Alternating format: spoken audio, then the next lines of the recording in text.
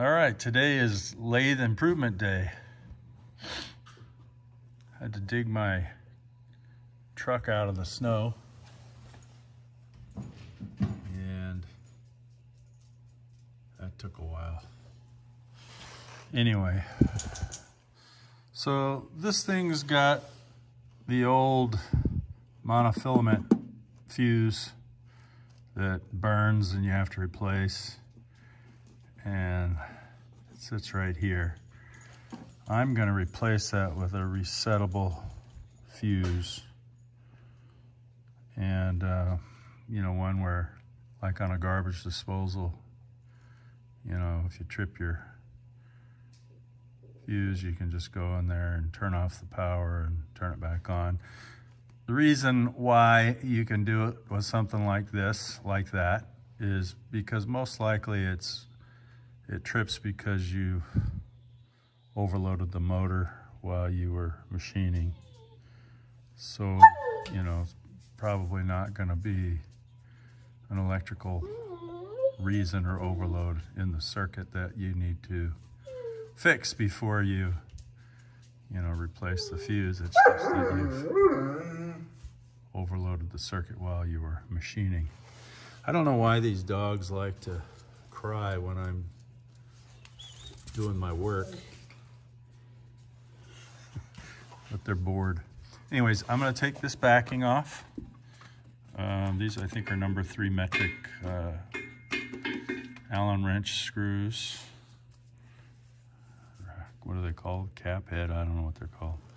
I'm going to take those off, and then I will get into this thing here, and I'll turn the camera back on once I get to that point.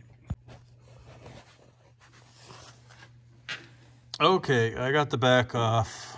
I forgot to, you know, mention to always unplug the power. There's the plug on the ground. Let's see if I can show you. All right, there's the, trying to hold my phone and all this shit all at one time. Oh crap, here we go. Put my finger, okay, so this is it here. This is the ground. But this is the, right there.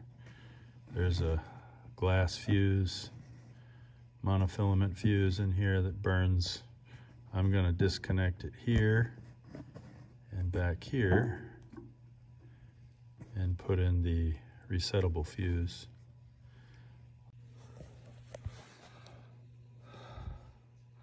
Okay, I cut this shit.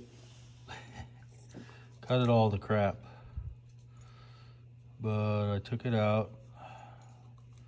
A little glass ampule sits inside of there. You have to take a Phillips screwdriver and unscrew that, and it sits in there. But I ain't gonna put that back in. Instead, we're gonna use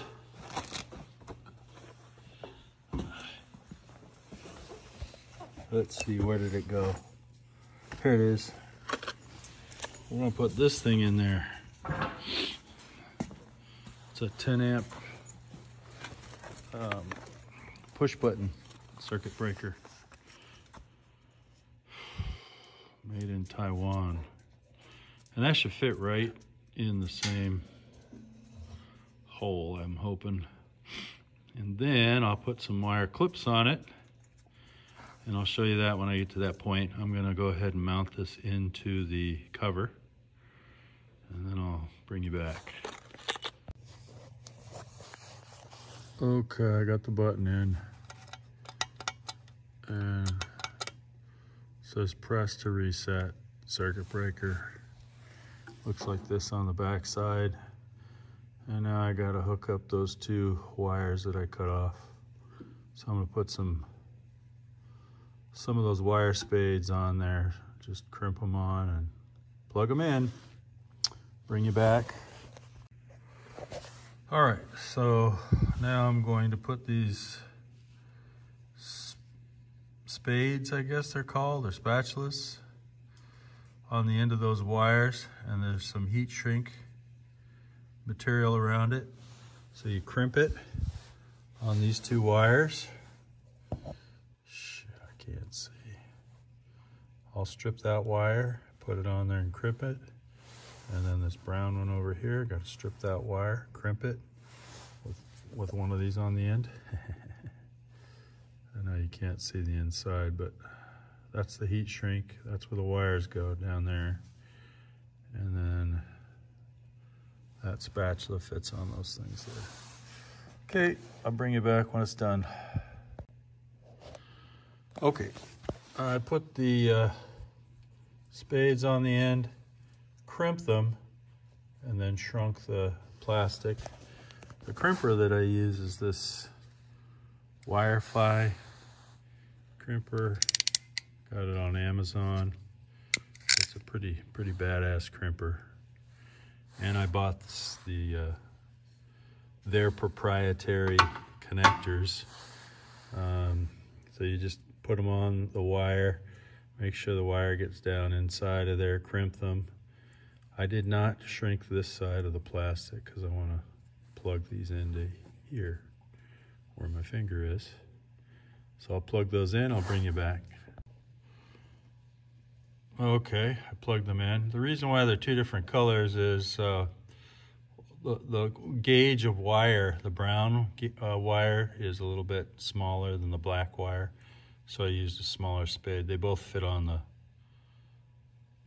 those posts really well and nice and snug, so they're on there. That's nice and neat, see?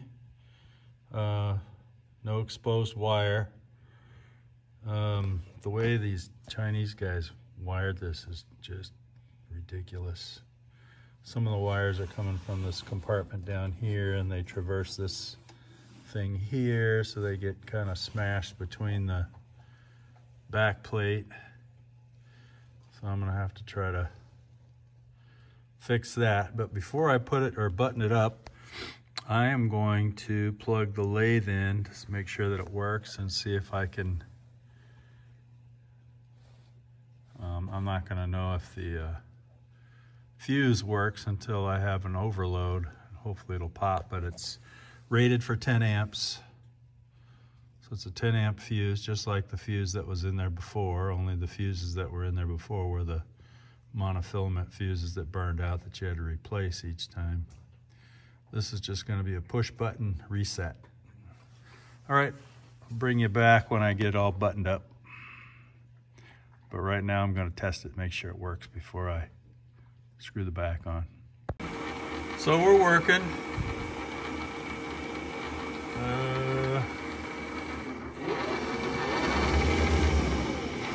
Wanted to show you I cleaned up the abortion nut a little bit since the last time you saw it. Just kind of all the oxidation off of it.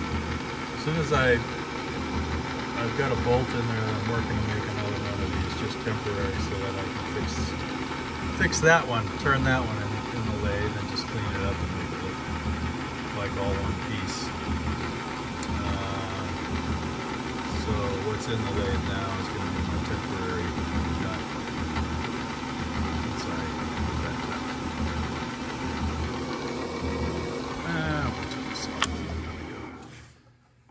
All right, I'm gonna button it all up. All right, we got it in. So there it is, push button now. I don't have to keep taking crap apart. Just come back here and push a button. That's my DRO. It's power. And we're plugged in.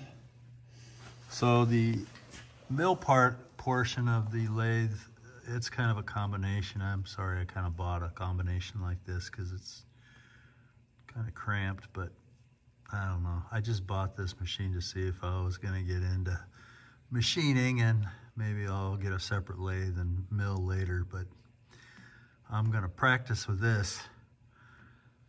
It's been a long time. 20 years since I've done anything with a metal lathe, but all right, there. Here, I'll put my finger out. This is the fuse for the mill head.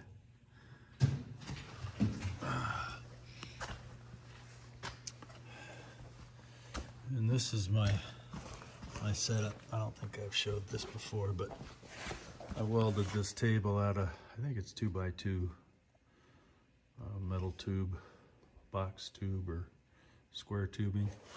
And then I made the wooden tabletop out of 2x4s that I glued together, kind of like a butcher block table. So, you know, face to face, and then planed them down, made an extra thick table, and that's the table for the lathe. It's a mess. And then in there I'm gonna put wooden drawers. That'll